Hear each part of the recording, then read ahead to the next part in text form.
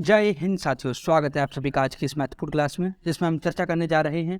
साथियों, भी हाल फिलहाल के अंदर कई सारे न्यूज़पेपर्स के अंदर हेडलाइन पब्लिश हो रही थी, जिसमें ये बताया जा रहा था कि यूएसए ने साउथ अफ्रीका के ऊपर आरोप लगाया है कि जो साउथ अफ्रीका है वो रशिया को लगातार हथियार प्रोवाइड करा रहा है, वेपन्स प्रोवाइड करा रहा है, एम्यूनिशन प्रोवाइड करा रहा है, आर्म्स प्रोवाइड करा रहा है।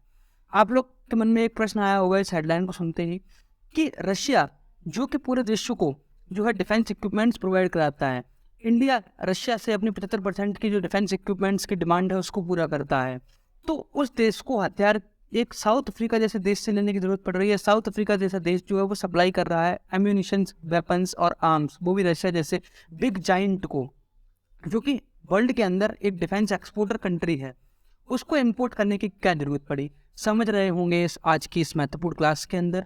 और जो यूएसए की तरफ से जो आरोप लगाया गया है साउथ अफ्रीका के ऊपर, वो आरोप कितना सही है और वेस्टर्न जो कंट्रीज़ हैं वो इस आरोप को किस तरह से ले रही हैं और साउथ अफ्रीका के इस पूरे मुद्दे के ऊपर क्या रेस्पॉन्स आया है, सबको जान रहे होंगे आज की इस महत्वपूर्ण क्लास के अंदर। तो साथियों, सबसे पहले आपके मन के अंदर ये प्रश्न आया होगा कि रशिया जैसे बिग जाइंट को साउथ अफ्रीका से हथियार लेने की जरूरत क्या पड़ रही। आखिरकार उसको सामने क्या विपदा आ गई, क्या दुविधा आ गई कि उसे साउथ अफ्रीका जैसे देश से हथियार लेने पड़ रहे हैं, या साउथ अफ्रीका जैसा देश जो रशिया को वेपन जो है वो सप्लाई कर रहा है। तो साथियों, आप लोग जानते होंगे कि जो रशिया है वो पिछले 1 साल से यूक्रेन से युद्ध लड़ रहा है, और इस यूक्रेन से युद्ध लड़ने के दौरान उसके ऊपर कई सारे कंट्रीज़ के द्वारा सैंक्शंस लगाए गए हैं, चाहे वो कार्ड से सैंक्शन हो, चाहे वो आपका रशियन ऑयल के ऊपर प्राइस कैप्स का इम्पोज करना हो वेस्टर्न कंट्रीज़ के द्वारा, इसके साथ साथ स्विफ्ट ट्रांजेक्शन से उसको बाहर निकालना हो, है ना। और कई सारी फॉरेन कंपनीज जो हैं अपनी अपनी कंपनीज को शट डाउन करके रशिया से अपने अपने देश चले गए हैं। तो इस तरह के जो सैंक्शंस हैं वो रशिया के ऊपर पहले से ही लग चुके हैं। अब जो रशिया जो वेपन्स बनाता है उसमें कुछ ना कुछ प्रोडक्ट जो होता है वो बाहर से भी इम्पोर्ट करता है उन वेपन्स को बनाने के लिए। पूरी तरीके से रशिया मेड नहीं होता है वेपन्स, उसमें कुछ ना कुछ प्रोडक्ट जो होता है वो आपका बाहर के देशों से भी आता है, ये वो उस प्रोडक्ट के अंदर लगता है। तो ऐसे में जब उसकी सप्लाई बंद हुई तो जो वहाँ की जो प्रोडक्शन कंपनीज थी उनके ऊपर इसका डायरेक्ट इम्पैक्ट पड़ता है। जो रशिया के जो वेपन्स के प्रोडक्शन कंपनीज होते हैं वो पूरी तरीके से एक तरह से उनकी जो मैन्युफैक्चरिंग कैपेसिटी होती है, उदाहरण के तौर पर अगर वो 100 हथियार एक दिन के अंदर प्रोड्यूस कर रही थी तो वो 10 के ऊपर कर जाती हैं। तो ऐसा जो है इस तरह का क्राइसिस जो है वो रशिया के अंदर देखने को मिलता है जब से ये वॉर स्टार्ट होता है। अच्छा, अब आप कहोगे कि भाई रशिया के अंदर अगर इतना ही क्राइसिस है तो वो युद्ध कैसे लड़ रहा है। तो देखिए, हर देश अपने पहले से स्टॉक बनाते हुए चलते हैं कि हम इतने इतने साल के वेपन बनाते चलते हैं कि अगर बाई चांस हमको इमरजेंसी पड़ जाए तो हम इस टाइम तक जो है अभी युद्ध के अंदर सस्टेन कर जाएंगे बिना हमारे एडिशन वेपन्स को मिले हुए। तो वही जो रशिया का जो पहले का स्टॉक था वही चल रहा है अभी तक, और जो नए वेपन्स हैं उनकी प्रोडक्शन जो है वो काफ़ी स्लो रेट हो रही है। तो इस डिमांड को पूरा करने के लिए साउथ अफ्रीका जो है वो सप्लाई कर रहा था इसको वेपन्स, किसको, रशिया को। अच्छा, ऐसा आरोप लगाया है। किसने लगाया है? यूएसए के एम्बेसडर हैं साउथ अफ्रीका के अंदर, उनके द्वारा ये आरोप लगाया गया है। जरा देखिए इस वीडियो के अंदर वो क्या आरोप लगा रहे हैं, ये देखिए एक बार जरा इस वीडियो को। We are confident uploaded weapons and munitions onto that vessel in Simonstown as it made its way back to Russia. South Africa is in fact not aligned. Amongst the things that we noted were the docking of the Russian cargo ship Lady R in Simonstown between December 6th and December 8th, 2022, which we are confident. ये बोलते हुए नजर आ रहे हैं, ये जो हैं, ये व्यक्ति आप देख पा रहे हैं, ये जो हैं यूएस के एम्बेसडर हैं, कहाँ पे, साउथ अफ्रीका के अंदर। तो इनके द्वारा ये आरोप लगाए जा रहे हैं कि 6 दिसंबर से लेकर 8 दिसंबर के बीच में एक वैसल गया हुआ था, किसका, रशिया का। ये जो आप रशिया देख पा रहे हैं, इसने अपना एक वैसल भेजा हुआ था, कहाँ पर भेजा हुआ था, साउथ अफ्रीका के अंदर। ये आप साउथ अफ्रीका देख पा रहे हैं, ये रशिया का एक वैसल जाता है, वैसल यानी कि शिप जो होता है वो जाता है, कार्गो शिप होता है, वो साउथ अफ्रीका के अंदर जाता है। और साउथ अफ्रीका का एक टाउन है जिसका नाम उन्होंने बताया Simons town. US south Africa की जो कैपिटल है उसका नाम है केप टाउन, उसके जस्ट बगल में साइमन्स टाउन करके एक पोर्ट है, एक आइलैंड है।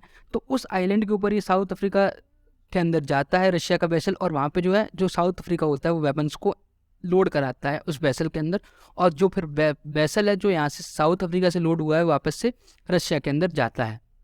तो ये तो है यूएस की तरफ से आरोप लगाए गए हैं। अब जब ये आरोप मीडिया के अंदर आते हैं, जब साउथ अफ्रीका के एम्बेसडर, जो यूएसए के एम्बेसडर हैं साउथ अफ्रीका के अंदर, वो इस तरह के आरोप लगाते हैं, तो वहाँ की गवर्नमेंट जो होते हैं रिएक्ट करते हैं, और वहाँ के प्रधानमंत्री स्वयं पार्लियामेंट के अंदर ये बयान देते हैं कि भाई ऐसा है, अगर ऐसा कुछ किया है हमारे देश के लोगों ने या हमारी गवर्नमेंट को इस बारे में जानकारी नहीं, तो हम एक काम करते हैं, हम एक इंडिपेंडेंट इंक्वायरी बिठा देते हैं, एक रिटायर्ड जज की इंक्वायरी बनाते हैं, और वो जो जज हैं वो इसके ऊपर इंडिपेंडेंट इंक्वायरी कर रहे हैं इस पूरे मुद्दे के अंदर, कि अगर ऐसा कुछ किया है हमारे देश के द्वारा तो हम उसको एडमिट करते हैं। और यूएसए ने इस स्टेप को एक तरह से अपलोड किया है, एक तरह से तारीफ़ की, उसके स्टेप को वेलकम किया है कि हाँ तुम फाइनली जांच तो कर रहे हो अगर तुम्हारे ऊपर कुछ आरोप लग रहा है। तो बेसिकली ये आरोप जो अगर लगाया गया है, तो ये आरोप क्यों लगा सकता है कोई भी यूएसए जैसी कंट्री, जब एक तरफ वो यूक्रेन को खुला समर्थन दे रहा है यूएसए कंट्री। तो देखिए, साउथ अफ्रीका के ऊपर आरोप लगाने का इसके 3 कारण हो सकते हैं। पहला तो ये कारण ये हो सकता है कि साउथ अफ्रीका जो है वो आईसीसी का मेंबर है, international criminal court of justice. International criminal court of justice ने साउथ अफ्रीका के जो विजिट है, रिसेंटली ब्रिक्स की मीटिंग होनी है साउथ अफ्रीका के अंदर, तो वहाँ पे पुतिन को आना है उस मीटिंग के अंदर पार्टिसिपेट लेने के लिए। तो साउथ अफ्रीका ने रिसेंटली क्या बोला है कि हम आईसीसी से अपने मेंबरशिप जो है वापस लेना चाहते हैं, क्योंकि आईसीसी ने एक ऑर्डर पारित किया है, अगर पुतिन जो है किसी भी और देश के अंदर जाते हैं जहाँ जो आईसीसी का मेंबर है, तो पुतिन को गिरफ्तार कर लिया जाएगा। साउथ अफ्रीका नहीं चाहता है कि पुतिन की गिरफ्तारी हो और वो उसके देश से हो, तो इसलिए साउथ अफ्रीका ने अप्लाई किया है कि हम आईसीसी के मेंबरशिप से हटना चाहते हैं अपने यहाँ। पहला रीज़न।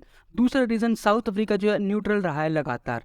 जब भी उससे यूनाइटेड नेशन जनरल असेंबली के ऊपर वो पूछा गया कि तुम रशिया के खिलाफ वोट दोगे, रशिया के समर्थन में वोट दोगे, तो रशिया जो है, जो साउथ अफ्रीका है, वो पूरी तरीके से न्यूट्रल रहा रशिया के मुद्दे के ऊपर, और उसने एक ही बात बार बार बोली कि हम इस चाहते हैं कि जो लड़ाई है पीस एंड डायलॉग से समर्थित या ख़त्म हो की जाए, मैं किसी भी देश के साथ, एक देश के साथ नहीं जाना चाहता। तो दूसरा जो साउथ अफ्रीका है वो शुरुआत से ही न्यूट्रल रहा है। तीसरा जो साउथ अफ्रीका है वो आपका ब्रिक्स का मेंबर है, तो ऑब्वियसली जब ब्रिक्स का मेंबर है, एक इमर्जिंग इकोनॉमी का मेंबर है, तो जाहिर सी बात है वो रशिया का समर्थन देगा as compare to other western countries. तो ये कुछ कारण थे कि जिसकी वजह से साउथ अफ्रीका के ऊपर इस तरह के आरोप लगाए जा रहे हैं। अच्छा, अब ये आरोप तो हो गए, एक तरफ साउथ अफ्रीका, यूएसए जैसे देश जो है साउथ अफ्रीका के ऊपर आरोप लगाते हैं कि आप जो है रशिया को वेपन्स देके इस युद्ध को बढ़ावा दे रहे हैं। वहीं दूसरी तरफ आप इनकी हाइपोक्रेसी देखिए, एक तरह से दोगलापन इनका देखिए इन वेस्टर्न कंट्रीज़ का, कि जैसे ही ये आरोप लगाए जाते हैं उसके जस्ट तुरंत बाद अगले ही दिन ये खबर आती है कि यूके कंफर्म करता है कि वो सप्लाई करेगा यूक्रेन को storm shadow long range missile. अच्छा, अगर एक कंट्री जो साउथ अफ्रीका है वो अगर चोरी छिपे रशिया को बाई चांस कुछ हथियार प्रोवाइड करा भी रहा है थोड़े बहुत अमाउंट के अंदर, तो इसमें क्या दिक्कत है? आपने प्रोवाइड करा रहा है यूक्रेन के अंदर, आप पूरा वेस्टर्न कंट्रीज़, पूरा यूरोप, पूरा यूएसए, कनाडा, ये सारे के सारे कंट्रीज जो आप यूक्रेन की मदद कर रहे हैं। क्यों मदद कर रहे हैं आप मदद कर रहे हैं, देखिए मैं आपको दिखाता हूँ। यूके की कंफर्म है, यूके की पार्लियामेंट के अंदर वहाँ के जो प्रधानमंत्री होते हैं या वहाँ के जो फॉरेन मिनिस्टर, डिफेंस मिनिस्टर, उनकी तरफ से बयान दिया जाता है कि यूके कंफर्म कर रहा है कि वो लॉन्ग रेंज मिसाइल जो यूक्रेन को प्रोवाइड कराएगा, और ये storm shadow long range missiles हैं, इनकी रेंज जो 250 किलोमीटर के आसपास की रेंज होती है इन मिसाइल्स की। ये यूके प्रोवाइड करा रहा है यूक्रेन को। इतना ही नहीं, और देखिए इसके साथ यूक्रेन जो है जर्मन के लियोपार्ड टैंक को भी रिसीव करने वाला है। ब्रिटिश ने अपने चैलेंजर टैंक्स को भेजा हुआ है।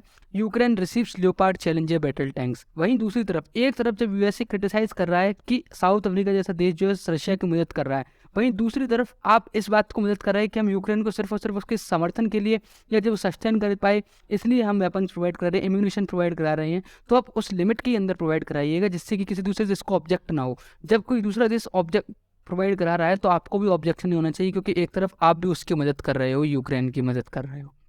वहीं यही नहीं, यूएसए जो है इसके साथ साथ हार्पून एंटी मिसाइल से यूक्रेन को भेजता है, और ये एंटी मिसाइल जो है इतने ज़्यादा कैपेबल हैं कि ये मिसाइल्स जो हैं 1 बिलियन, मतलब आप इसको इस प्रकार से समझिए कि इसकी जो रेंज है वो 300 किलोमीटर के आसपास की रेंज है, और ये डिस्ट्रॉयर मिसाइल्स हैं। ठीक है, इसके साथ साथ $1.2 बिलियन की यूएसए के द्वारा एक मिलिट्री एड जो है यूक्रेन के नाम पर अनाउंस की जाती है कि वो air defence systems, conventional counter drone ammunitions वगैरह जो है वो प्रोवाइड कराएगा। ठीक है, तो ऐसा यूएसए की तरफ से किया गया। और इसके साथ साथ रिसेंटली कल के दिन जर्मनी ने एक बिग मिलिट्री पैकेज का अनाउंसमेंट किया है, और वो मिलिट्री पैकेज इतना बड़ा है कि पाकिस्तान जैसे कंट्रीज़ को अगर ये मिलिट्री पैकेज मिल जाए तो उसका उद्धार हो जाएगा।